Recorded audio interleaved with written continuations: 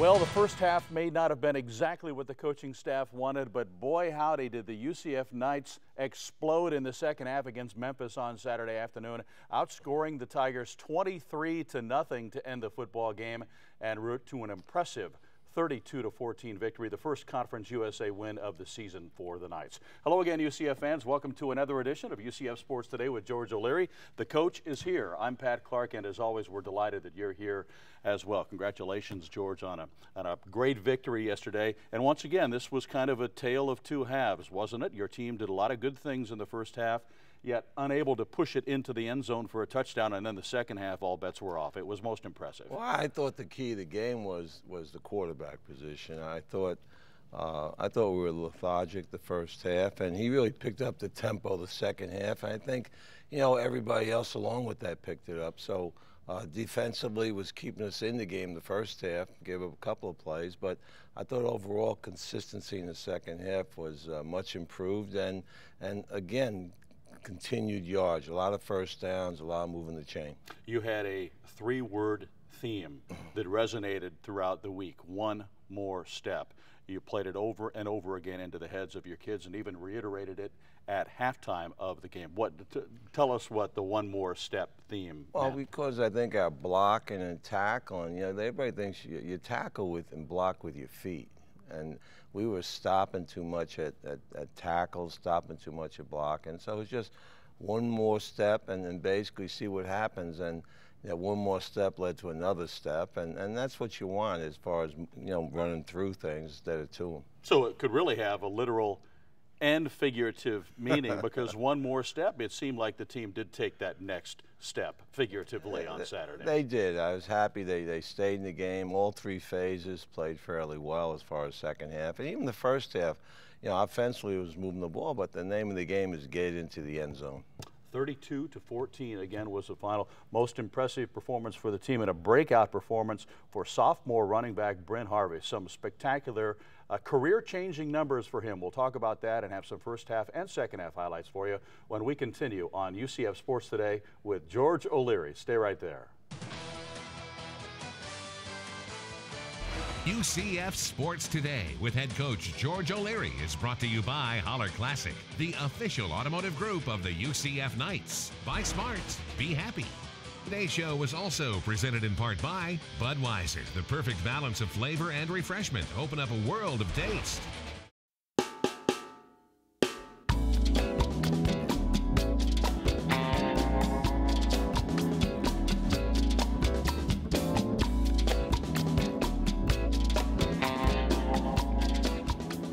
The new UCF College of Medicine will help Florida get all the doctors it needs. But until then, be extra careful. UCF stands for opportunity. Hey, this is LT from 101.1 WJRR. You're listening to the best sounds of area music. UCF Athletics, Access Magazine, and WJRR are proud to support local artists. You can find more great artists by going online at www.wjrr.com and also accessmag.com, and by listening to Native Noise each and every Sunday at 11 o'clock. Welcome back, everybody, to UCF Sports Today with George O'Leary in the wake of UCF's 32-14 win over Memphis on Saturday. Coach, what a great performance from your sophomore running back, Brent Harvey, who carried the ball 42 times for 219 yards. It was a Kevin Smith-like performance. You had confidence in him from the moment he stepped on campus, and now you're starting to see the fruits of your labor and his as well, aren't you? Really are. I tell you what, he made some real key runs after the first hit. That's what I look at. It's not the yards before the hit, it's the yards on the hit, and he got hit in that. I thought the key run was that time he got hit in the backfield and circle the defense down the sideline for a long gain, and that's what you expect your running backs to do. Well, it was very impressive, and Brett Hodges had an impressive performance as well, 16 of 28 for a couple of touchdowns, and you talked about him picking up the pace. So you chatted with him at halftime of the game about picking up the pace. Talk to us a little bit about that. Well, we went into the game with a lot of situations from a pressure standpoint as far as Memphis had, as far as their blitz package. But, I thought we were thinking through too many things. Let's call the play and let's run with the play. And We're still young in a lot of areas as far as checks and getting things almost perfect. But I thought second half he was a lot more demonstrative as far as what he was doing out there, as far as quicker pace, and that's what kind of team we need to be. He has a slower pace about him, but he needs to pick it up for the whole team. And I thought that's what he did the second half, a lot quicker tempo, and that's the way we need to operate. It seems like he is continuing to show patience, though, once he steps back into the pocket. And correct me if I'm wrong, but in the touchdown pass to Jamar Newsome, he checked down on that play, didn't he? Jamar was not the intended receiver initially. Well, there's three receivers. He hit the third receiver, which was Jamar on the crossing route. But again, I think he played outstanding the second half as far as team tempo and consistency and getting us in the right situation. All right, George, let's head to some highlights of the first half. The first afternoon home game of the season for UCF. Bruce Miller played well. Well, your entire defense did, but he had 3 sacks, and this was a big one on third down, George. It really was. You know, he's just an outstanding football player, and you know, he plays on special teams too, so he's a complete player. Now, potentially some bad news here, Coach. We're going to want to talk about this a little bit further. Corey Rabazinski, and you folks can see that the tackle just seemed quite awkward. Corey would leave the game and not return. We'll talk about his condition in a moment. Here's Quincy McDuffie with a 14-yard run to the out of bounds. It gets UCF in field goal range for this 24-yard field goal by Nick Catoy, who had a great day for UCF. That gave UCF a 3-0 lead. Ultimately, Memphis would lead 7-3 at halftime. First things first, Corey Rabazinski left the game, did not come back. What's his status right now, Well, they're Coach? still being tested today, and we'll know more. But you know, I don't. You know, we'll take the MRI and see exactly what the problem is. But I don't feel comfortable with that one right now. Just watching what I saw on tape. Well, we wish the best for Corey and Nick Catoy with 4 field goals on the day, which ties a school record. I mean, he was Johnny on the spot in this. After he missed a field goal last week at East Carolina, had a field goal blocked as well. He bounced back quite nicely, didn't he? He really did. He's such a great kid. Has a great demeanor about himself, and you know, he comes over and just gives you the big eyes when he makes one, and tries to disappear if he misses it.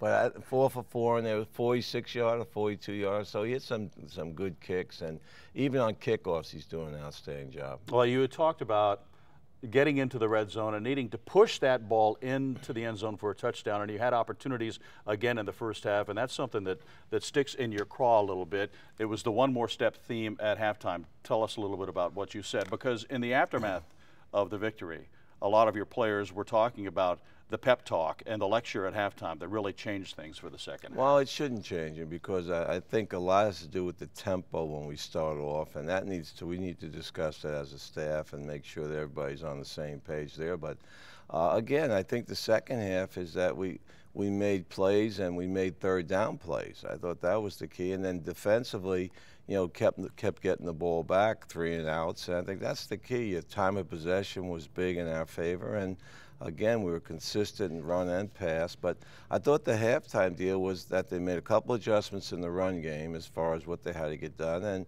and defensively, we just got to make sure that we were in position to make a play on some of the long passes. We just, you know, youth is staring at the ball instead of going after it. So again, that was reiterated as far as what we have to get done there. But the players went out second half, and I think as you see good things happen, confidence grows, and I thought that just carried from the sideline out to the field. All right, Coach, let's take a look at some of those good things that did indeed happen in the second half. And I think you'll agree, George, that the tone of the second half was set on Memphis's first possession. That's Corey Hogue with an interception, which leads to a field goal for the Knights. Great play. They isolate Corey, and again, errant throw, and he makes the pick, and you know, that's the way you need to start the second half. Okay, and here comes a nice scoring drive for UCF. That was Jamar Newsome with a 15-yard catch. Then Bryn Harvey right up the gut, breaks a tackle, and dives forward for 11 yards. All of this would ultimately culminate with a Ricky Kay 70-yard touchdown catch, which gave UCF a lead that they would not relinquish.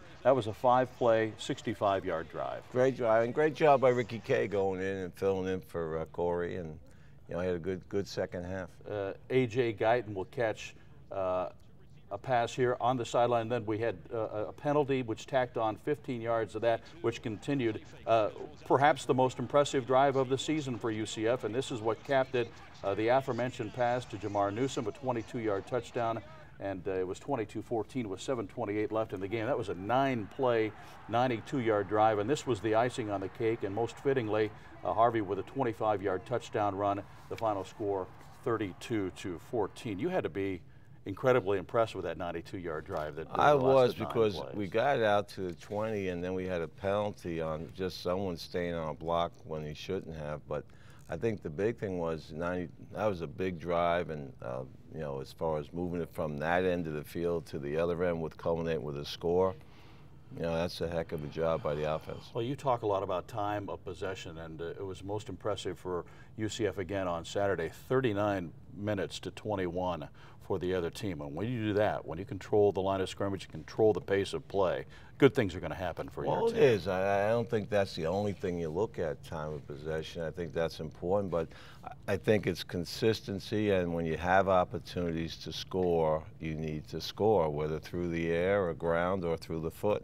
You know, you need to get points on the board. Talk a little bit about the blocking, too, and you talk about Ricky Cade. You passed to Ricky. He became an offensive threat for you yesterday. What allowed that? Was that the defensive coverage from Memphis that was? Well, it was the defensive coverage, and they kept blitzing that outside backer, and, you know, when he was the open receiver, they're a little bit late in coverage on picking up the flat coverage, so it worked out well. It was a good read by the quarterback, Brett Hodges, and, you know, it was a good throw, good catch, and, you know, and again, our H's and Y's caught a lot of passes yesterday. You talked in your post-game comments as well about, you know, the questions were about Brent Harvey and his impressive performance.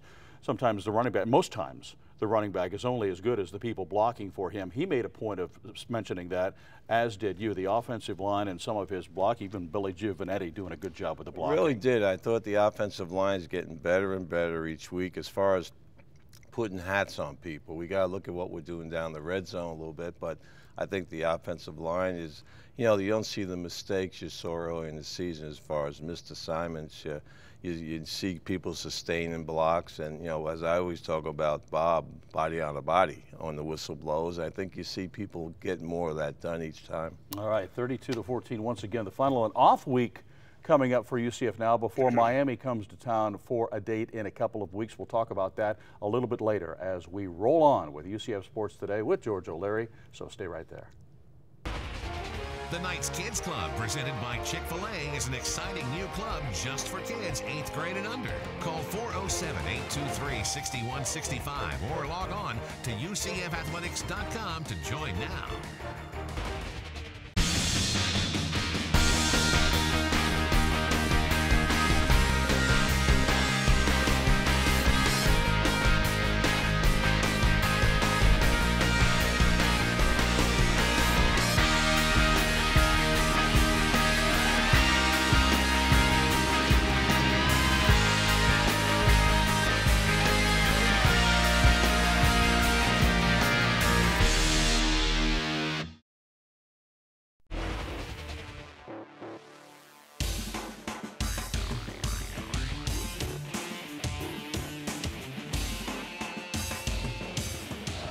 Wide package.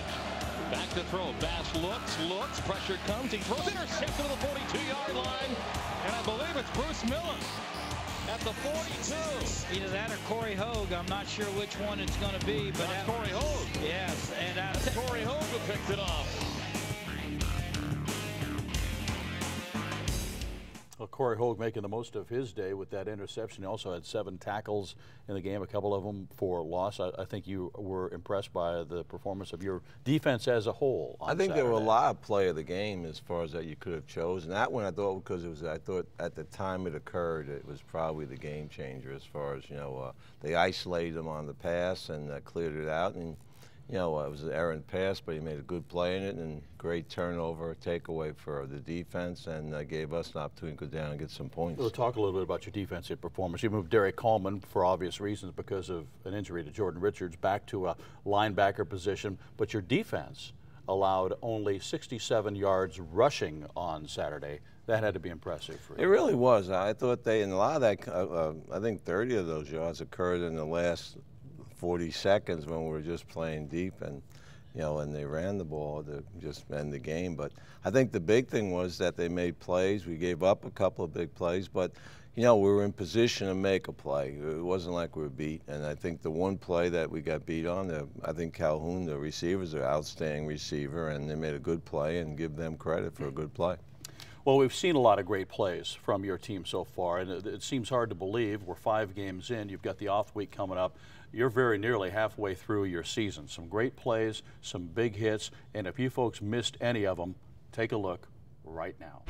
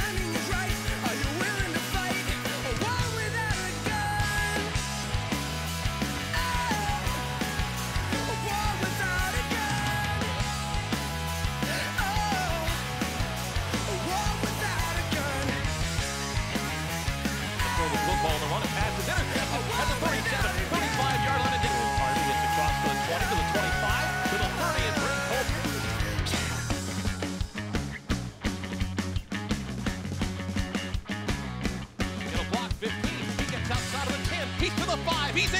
Touchdown.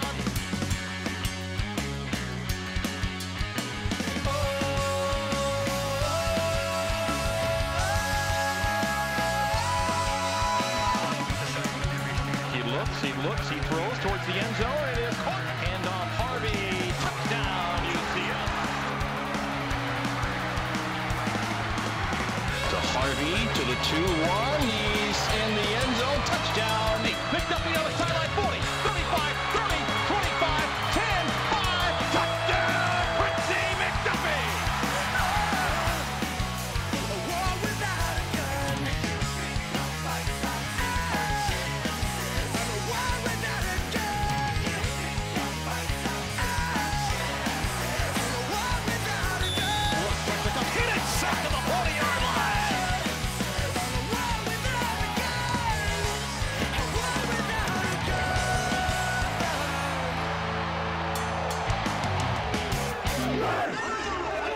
Some good solid memories of a 3-2 start for UCF as we approach the midway point of the season, Coach.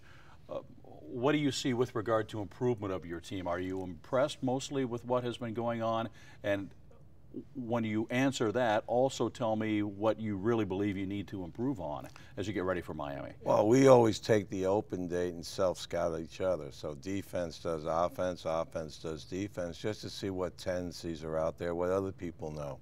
Because that's really what's important, and from there you see what you need to improve on from a scheme standpoint, number one, a coverage standpoint, a play execution standpoint. But the big thing I see is I see steady improvement with the offense. I do. Obviously, we got to work this week on red zone and getting more things happening down there. Defensively, it's really what has caused us some problems is, one, the quarterback keeping the ball at times on third down, the rush lanes, and the big play on third down, where I think we got to examine what we're doing there, and again, be more ball conscious when the ball's in the air that long, and that comes with sometimes experience and just using your vision more as far as go after the ball, not the man. With regard to individual performances, have there been any pleasant surprises for you? Well, we're playing, Pat. We're probably playing 6 freshmen right now, consistently out there, and again, those kids are getting better and better each week. And you're seeing Josh Robinson had a pick yesterday's game, and you're seeing more and more of the athleticism, take over and help us out, especially in the kicking game, especially special teams. They're showing up a lot. So I've been very pleased there. But overall, I see most of the players, offensively, defensively, taking coaching. They go on the practice field with a coach-me-coach attitude, so that it's a learning process all the time. And I think they're into what they have to get done, and that they're into accountability. They know they're accountable and responsible for what they got to get accomplished, and that's everybody in the program, from coaches right down to players. And I think they understand what those two words mean. Good stuff, Coach. We're going to take another break. We're back to look ahead to the Miami game in 2 weeks. It's straight ahead on UCF Sports Today with George O'Leary. Don't go away. Be sure to visit Buffalo Wild Wings in Waterford Lakes every Thursday night from 7 to 8 p.m. during the season to hear the George O'Leary radio call-in show. Greatness doesn't care how early it is or how late. Greatness doesn't care if anyone's watching. Greatness doesn't care about your clothes, your hair, or your music. The only thing greatness cares about is getting an opportunity. Where will you get yours? At UCF, we believe no dream is too big and no goal out of reach. On the fields, the courts, and in the classrooms, UCF stands for opportunity. Fans, here are your run for Ronald totals for the game. UCF had 475 yards of offense and 3 touchdowns for a total donation to the Ronald McDonald House of $775. McDonald's, I'm loving it. Hey, welcome back, everybody, to UCF Sports Today with George O'Leary as the Knights look ahead to a game against the Miami Hurricanes in 2 weeks. It's an off week, and this is the obvious question. You hear it every year when you have an off date, George, but would you prefer, coming off of this victory, to just keep on playing? Or is this good because you do have some injured players who do need to get healthy? Well, you know, I think you're going to have a bye date most seasons, but you like to have the bye date right in the middle, and that's where we're at. So I think it's ideal time to come. I think the players will get a couple of days off, get their legs underneath them, heal some wounds, some wounds that we may have as far as injuries are concerned, and get back ready for a very good Miami team. Well, you are stepping out of Conference USA play once again, but you have long said you like the interstate rivalries, and you don't have one with Miami yet. You played them last year, played them well down in South Florida. What are you expecting from this Hurricane team that has played 4 ranked teams and has beaten 3 of them now? Well, they're obviously a very, very much improved football team, a lot of speed on the field, and again, I think the key to us is going to be consistency and again, getting the people out there behind the football team. I think the Bright House Stadium have a lot to do with the noise factor and keeping things moving in that direction. But I know our players are looking forward to it. Anytime you play ex-teammates, a lot of situations like that. So, again, we got improvement to get done this week, and then get our game plan ready for Miami. Well, congratulations and good luck against Miami, George. Well, I'm going to see you next Saturday night, 7:30, right? At the Annunciation Fall Festival. Looking forward to it. Thank you. We'll see you folks in 2 weeks. UCF Sports Today with George O'Leary. UCF Sports Today with head coach George O'Leary is brought to you by Holler Classic, the official automotive group of the UCF Knights. Buy smart, be happy. Today's show was also presented in part by Budweiser, the perfect balance of flavor and refreshment. Open up a world of taste. By the energy-saving conservation programs of Tico People's Gas. Syntex Homes. For a better way to a better home, visit syntex.com.